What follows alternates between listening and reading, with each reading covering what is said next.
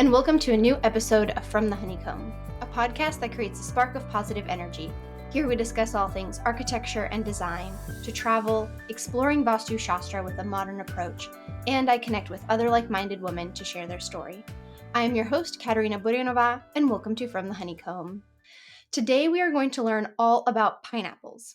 A topic, of course, that's never been covered on From the Honeycomb, and the reason why is I've always really been interested in learning about this fruit. So I wanted to share my findings with you because the story of the pineapple is actually quite fascinating, and I don't think many other fruits have such a rich and juicy history.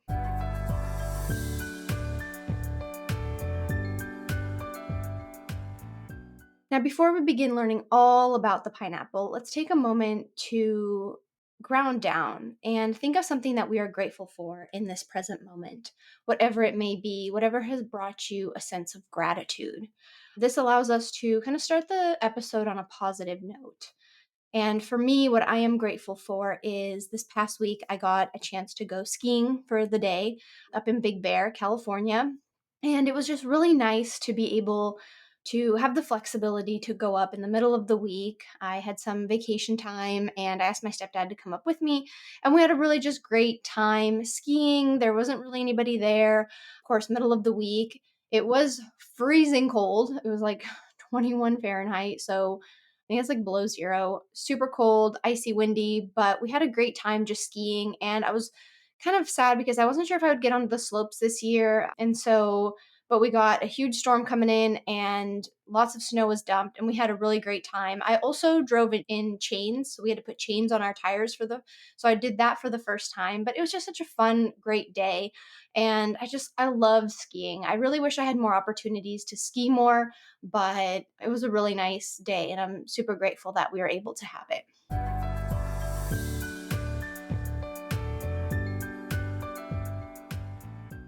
Let's talk about pineapples. So I know most of you, of course, know what a pineapple is, right? It's an edible tropical fruit. And it's indigenous to the South American region, kind of by Brazil, Paraguay, and it's also been found to originate from the Caribbean. Now, the first pineapple shrub or plant I ever saw growing was actually when I was in St. Lucia, an island in the Southern Caribbean. And when I saw it, I was like, wow, I can't believe that's how a pineapple grows. So, what is a pineapple plant? So, imagine a long leaf plant low to the ground with a pineapple right in the center of it. And the pineapple kind of sits on like this red throne of leaves as it grows. So when you think about it, this pineapple is already growing kind of like a little royalty, a little crown in this little plant. And it's super, super cute. I'm going to have to share some photos of it. If you haven't ever seen a pineapple plant, it's super cute. Now, typically a pineapple will mature probably within a year. It's 5 months ready for picking, about a year after the last harvest. So when I was looking through like when is a pineapple ready to be picked, it kind of depended on the region you were picking it. So there wasn't anything really like specifically concrete that I could find.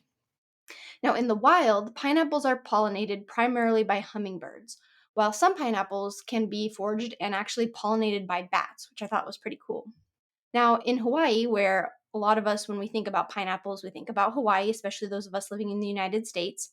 In Hawaii, where, of course, there are a lot of pineapples that are cultivated and canned, the importation of hummingbirds was actually prohibited in the 20th century. And why were hummingbirds not allowed to go to Hawaii? It's because if the pineapple gets pollinated by a hummingbird, it sets a seed, and this seed is very hard, and really it doesn't allow us to eat the pineapple in the way we typically eat it, where it's nice and soft. So hummingbirds have been banned from Hawaii because of pineapples. Now, one cool thing about pineapples and like kind of the medicinal use of pineapples is pineapples have an enzyme called bromelain, which is like an anti-inflammatory that can reduce your risk of cancer, reduce pain from arthritis. It actually can help reduce recovery time after you exercise and really boost your immune system.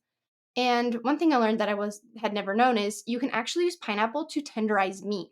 So that was kind of a fun fact. Now, of course, that's the food, the edible side of pineapples. But then there's also, of course, the artistic, architectural side of pineapples. So many times we've seen pineapples in artwork and a lot of, colonial paintings and also in a lot of buildings, cathedrals, things like that. So pineapples are also carved into furniture. There's a lot of things that pineapples are represented in, of course, not just the fruit that we eat. And of course, there is the big controversial topic of, do pineapples go on pizzas?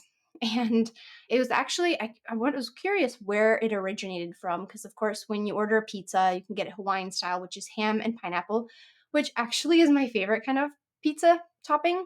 I don't know why, but like the sweetness of the pineapple with like the saltiness of like the ham and the cheese, I love it. But it is a huge controversy on, a lot of people don't think that pineapples should go on pizzas. So, where did that originate from? So, where did it actually originate from? A Canadian Greek immigrant actually came up with the idea to put pineapples on top of pizza. So, there you have it. Now, let's talk about the history of pineapples. Now, it was in the 17th century that the introduction of pineapples in Europe brought about a significance to this golden fruit that made it really an icon of luxury. But before the pineapple made its way to Europe, it was native to the Caribbean and the South Americas, where it was used for crops and textiles. Now, the exact location of where the pineapple kind of originated from is up for debate based on some of the research that I was able to find, but it can really be linked to the southeastern part of Brazil, Paraguay, and parts of northern Argentina. And in this region lived the Tupi Guarani tribe, and I apologize for any mispronunciation, who would migrate from the north and the west as they crossed the Amazon and would eventually reach the northern coast of South America. And so, as they made their way through these lands and their crossing, they would bring the pineapples with them, the pineapple plants, and introduce this fruit to the tribes as they moved around. And so, with that, that's kind of why I guess the origination is tough to pinpoint, but really fascinating that they were able to share this fruit with tribes along the way.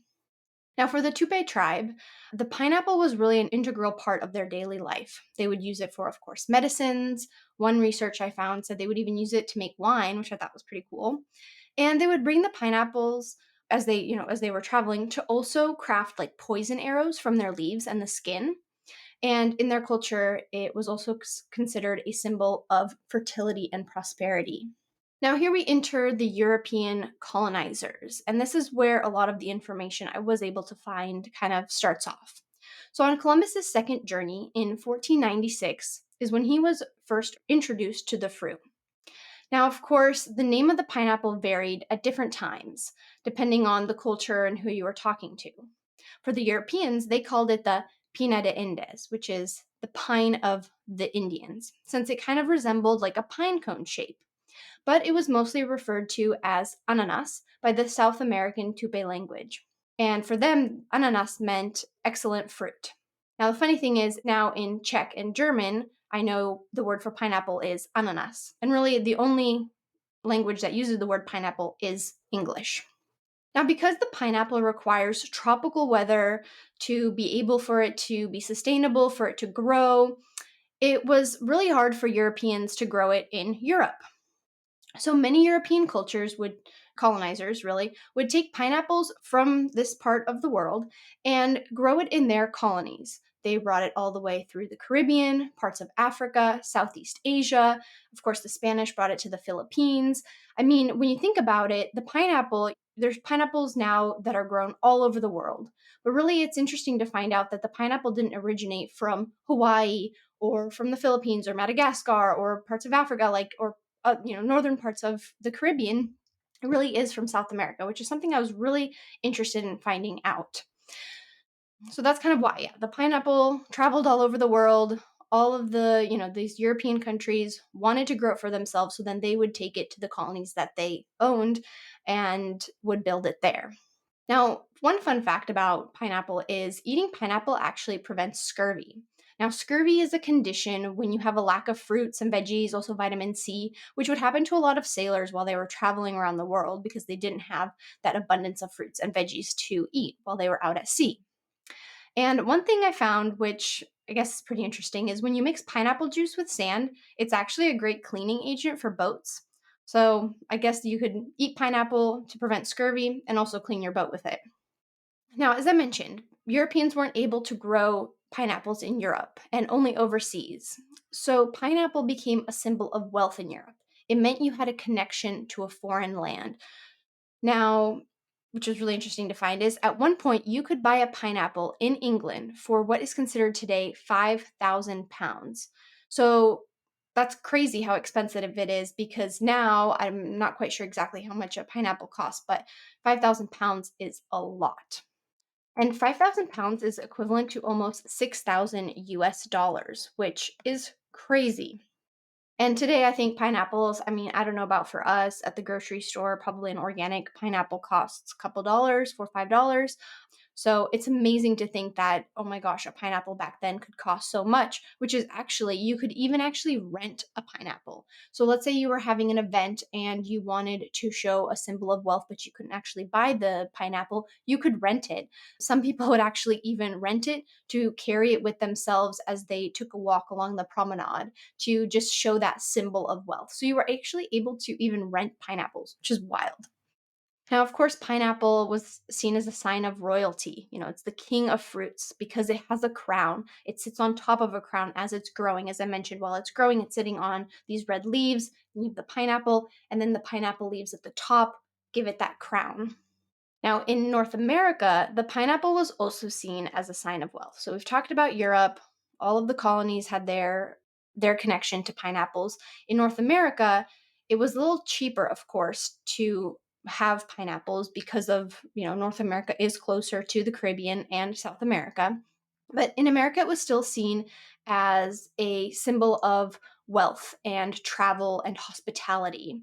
And in New England, there were actually sea captains who would place a pineapple in front of their home after returning from a voyage to show that they had a safe return. So there it is, that sign of wealth again in the US, in North America, showing that it's a sign of wealth and of travel. And of course, yes, it became the sign of hospitality. There was a symbolic gesture of if you had a pineapple on a table at a dinner party, it was this high gesture of you as the hostess were sharing this incredibly wealthy, piece of fruit with your guests. You were allowing them to be in the space with that. So that was huge consideration of hospitality of the pineapple. And so, of course, it's an honor to share and be in the presence of a pineapple. Now, in the 17th century, there was a development of hothouses, which this was really cool to learn about. So, what hothouses were is they were experimental growing facilities that Europeans designed so they could grow tropical fruits in Europe, thus not having to rely on the transportation of pineapples from faraway colonies because at that time, refrigeration really wasn't invented. So, pineapples, a lot of the fruits would rot along the way back to the European country. So there was the creation of hothouses. And Louis XV actually built a hothouse in Versailles where he could grow his own pineapple, and then he would send samples of this pineapple as a diplomatic gesture to other royals and nobles in the area. Now, of course, this caused a frenzy of royals and nobles building hothouses so they could produce their own pineapples. It's actually crazy to hear that even Catherine the Great in Russia was growing her own pineapples.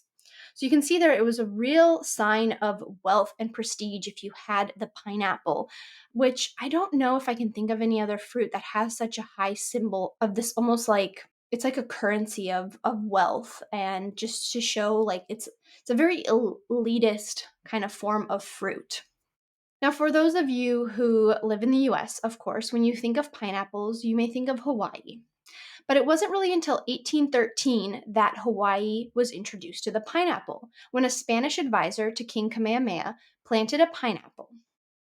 And so pineapple started to grow and grow, but then it wasn't until 1882 that pineapples in Hawaii started to be canned.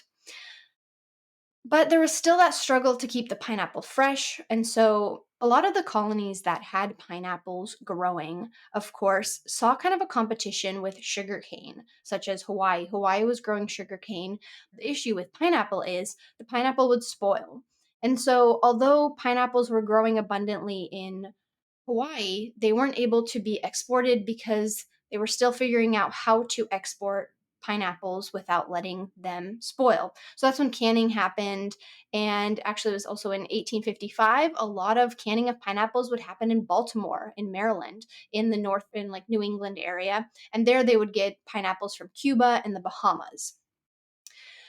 But going back to Hawaii, talking about sugarcane was a huge kind of export that the Hawaiian Islands had, but it was interesting to find out that in areas and especially certain altitudes where sugarcane couldn't grow, pineapples flourished. So, of course, these pineapples would grow in these areas, and Hawaii would just continue to grow and grow. And by the 1930s, Hawaii became the largest exporter of pineapple in the world. The Hawaiian word for pineapple is halakahiki. Hala is the HALA, is actually kind of a fruit that resembles the pineapple, and kahaiki is the Hawaiian meaning for foreign. So it resembles this local fruit, but it's foreign. Because again, pineapples are not native to Hawaii. Although whoever's done the marketing for pineapples in Hawaii has done a great job, because really I think a lot of, especially in the US, we think of pineapples in Hawaii. So, of course, there's competition around the world. Everyone's trying to grow pineapples. Certain different areas of the world are growing pineapples. Some of the larger companies in Hawaii, like Dole, and had to actually shut down operations in the 1980s because there was so much competition due to also wages. So, different parts of the world started growing pineapples. And today, the top producers of pineapples are actually Costa Rica, the Philippines, Brazil, and Indonesia. Hawaii produces about less than 10% of pineapples worldwide, and I don't believe they and no longer can their own pineapples. It's only fresh pineapples. So, as we've just learned, the pineapple had a huge significance in trade and in symbolizing wealth, but also in like pop culture and culturally, the pineapple was also a huge symbol of something. And I think the most famous pineapple that we all know is the pineapple that is home to SpongeBob SquarePants. That's right. When you think about pineapples, some of us may have thought about Hawaii, and some of us may have thought about that's where SpongeBob SquarePants lives, in a pineapple. But pineapples are symbolized in Christianity. They're especially seen in certain cathedrals. And for example, you have the southeast towers of St. Paul's Cathedral in London that has these little pineapples at the top. And then going back to the colonial time, of course, many paintings from the Dutch colonial landscape paintings show pineapples. And there were a lot of people from Europe who would go to the colonies and would do sketches and paintings of pineapples because it was such an exotic fruit. And so there were so many studies about it. And actually, when I was at the Getty Center in Los Angeles a couple months ago, we saw an exhibit of artwork from Maria Sibylla Marine, who actually used to visit Suriname, which is a former Dutch colony in the northern part of South America. And she made these beautiful illustrations of pineapples. And I actually got a postcard at the Getty Center with one of her drawings of a pineapple. She did such an incredible job of really illustrating the abundance that a pineapple can have, especially with like all the insects around it. And I don't know, it's just a beautiful painting. I'll see if I can post it on my Instagram. It's really beautiful. Now, pineapples have also been mentioned in books, in novels. There's actually in a Charles Dickens novel, David Copperfield, there's a character in the book that notes how fascinated he is when he sees the fruit in Covent Garden Market. So, of course, pineapples come up in TV shows, in books, in paintings, and of course in architecture. Pineapples have been a symbol of hospitality in those family gatherings, and you can see them on tops of buildings. There's fountains that are made of, that look like a pineapple. There's pineapples carved into furniture. There's pineapple wallpaper. There's so much pineapple. When you start to kind of look for it, you see more of it.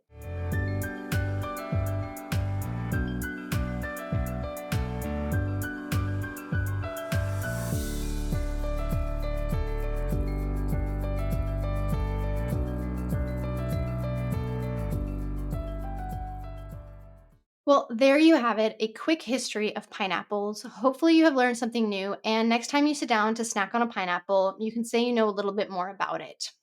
What I found really interesting throughout the research, though, for this episode is really how little information there was about what the pineapple symbolizes and was used for by the indigenous tribes in South America, and how most of the information I found was so heavily focused on the colonization and the hunger the Europeans had for this golden fruit.